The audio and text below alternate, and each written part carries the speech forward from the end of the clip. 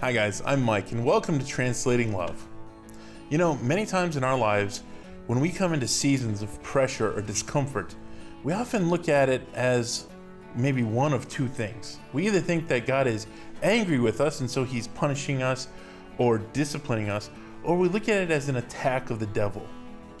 Well, today I'd like to offer you a little perspective shift. One of the favorite pastimes that my kids and I have is watching shows where they actually craft swords and knives. And it's so interesting to look at that process and to see how they design it and the materials they use, and then the process by which these swords and knives are made. And it often requires extreme heat, a lot of physical pounding and strength, and then a very important aspect called the quench.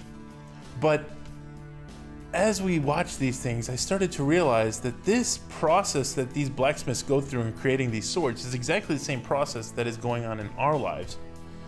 For example, in the book of Daniel, we see the story of three young boys, Shadrach, Meshach, and Abednego. And these boys were given a very difficult choice. They could either choose to bow down like everyone else and worship the king at that time, or they could choose to stand and then be thrown into a pit of fire. Well, they chose to be thrown into the pit of fire. And as a result, in that fire, they had an encounter with the living God in a way that they never would have had they never been cast into that fire. That's the same way that God uses pressure and discomfort in our lives, not to punish us and not to discipline us, but rather to encounter us in a new and more intimate way.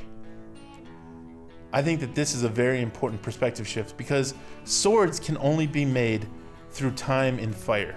In the same way, struggle in our lives helps us to see and understand and really be crafted by the love of God in ways that can never happen anywhere else. I hope you found that encouraging today. I hope that gives you a little bit of a perspective shift into what's going on in your season in your life right now. If you like this video, please be sure to like and subscribe and share it with someone if you think it might help them. Thank you so much for watching today. Be blessed.